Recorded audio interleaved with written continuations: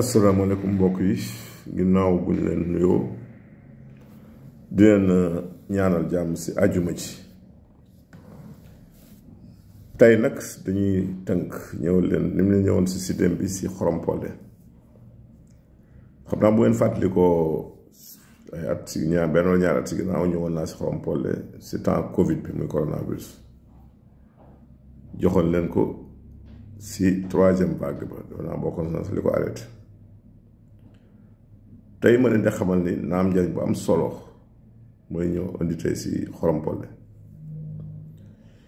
xam nga xorom polé dafa nekk lu doy waar dafa bari ferñeent dafa am vitamine C am vitamine B2 am vitamine B3 am vitamine B6 am vitamine B9 ñu koy folate dafa am calcium am fer am magnésium am phosphore am potassium am zinc am sodium te ay ferñeent la yu am solo si luy aar doomu aadama ba tax na njariñ bi mu njëkk am mooy dafay xeex ak tawat yi mën a laal yuuru doomu aadama muy cerveau dafay dalal si yuur da koy tranquilliser moo tax ñun la boo koy jël bu ko jël lu bëri ndax boo ko jël lu bëri sax mën na yombal sa nelaw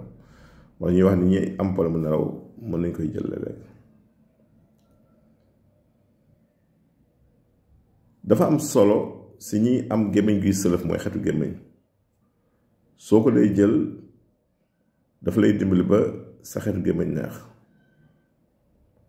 day prévenir cancer boo day jël xorom polé régulièrement du la gaaw a dal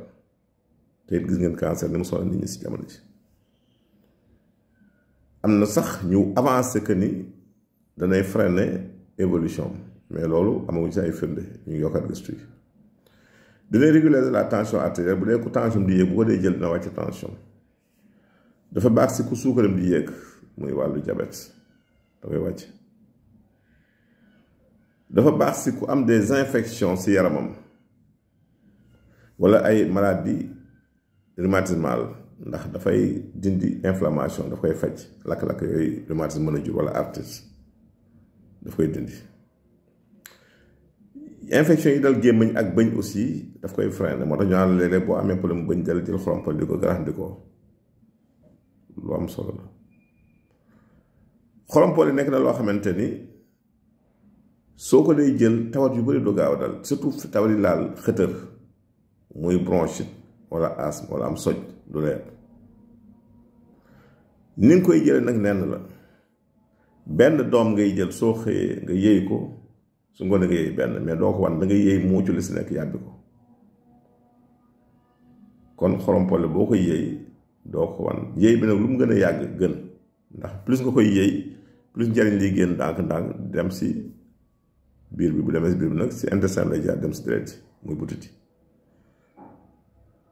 kenn daal moo war a moytu xorom polé di ko jël lu bëri mooy ki nga xam ne dafa am problème res mais bu weesoo kooku ku sax res wér te amul benn problème mën nga jël xorom polé mais si nii ñu lay waxee mais benn doom rek doy na la matin nga yëy ko muuc ko mu ne nga yëy benn muuc ko tey njëriñ bii laa indoon si xorom polé leen wax nii laa koy topp bu soobee yàlla de temps en temps ma ñëwaat si njariñ leen wax na gaa ngi jooy jafe jot bi mais numéro bi moom soppikuwul 77 la 318 17 50 55 ak 0 mooy numéro bi woote bi nag moom 24/24 téléphone du fay maanaam dañu ko taal suba gi 8h si suba ba minuit mën ngeen a woote 8h ba minuit léegi nag nga gis ay taw si di woote ba 2h du matin mais loolu dafay guddi trop ba minuit daal bu ngeen woote leen jot kenn incha allah rabbi rendez-vous yi nag à partir de 21h toujours lañ koy joxe xat na nag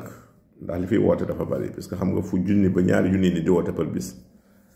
te it nombre bi ñuy programme par jour dañ koy limité ndax xat-xatu liggéey bi fokk mu jafe mais bu kenn découragé képp ku yàlla woon ba indi la daal am naa yaakaar ne ndax ñun li ñuy ñaan rek mooy ku naru la wér bu gisanteeg ñun bu yàlla fexe moom daal ñiy wér daal ku yàlla na mu wér si yow daal lay ñaan yàlla nga teew moo tax képp yàlla woon ba indi la damay jàpp ni daal am nañ yaakaar si yow. jamono nag dafa nekk loo xamante ni nit warul a découragé tawat warta ñëw ba nga xàddi ne non lii du wér déedéet ndax yàlla wér la gën njëkk a bind soo ko bind tawat liy faj la njëkk a bind soo ko bind tawat te tawat bu ne nag am na garab nit ki moo si dul àgg. waxoon naa benn waaye ni ko sida moo gën a garaaw si feebar yi mais du rey mu ne ma looy wax ni ma ne ko sida du rey les maladies opportunistes mooy feebar yi ànd ak sida mooy rey ndax sida da lay affaiblir rek day wàññi sa système immunitaire mais la lay rey mooy tawat ya muy àndal muy biir buy daw baag muy problème xëtër ya muy jàpp ak yooyu nga xam ne boo amee tawat bu ndaw rek day daal di yóbbu fekk na sa système immunitaire fragile pour mucc feebar yu bëri nag dangay renforcer système immunitaire premier si renforcer ko bokk si jël xorom polé bi ñu joxe tey te ngeen di wàññi seen consommation sucre waxuma mënta ñàkk nag mais ngeen yemale ko di jël légumes ak fruits waax bu ko defee daal yàlla mën leen dimbali te wàññi graisse lu nii nii mu bañ a bari trop seen lekk wax mën a bàyyi mais wàññi lii daal laa indi woon tey di leen ñaanal jàmm di leen wax ni nag bu kenn xàddi même woote mu jafe bu mu tax kenn xàddi di leen insister nga si nga dugg ñaan nañ daal si jëmmi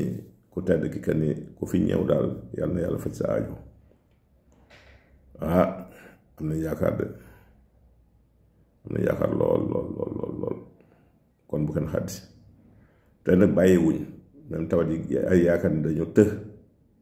ñuy si dégg ba ci ñuy si gëstu yi te am nañ yaakaar ni soreetul ngeen ñaanal lu ñu gudd fan nag ak wér bu ñu fi yàggee rek bu soobee yàlla lu bari dana leer jaajëf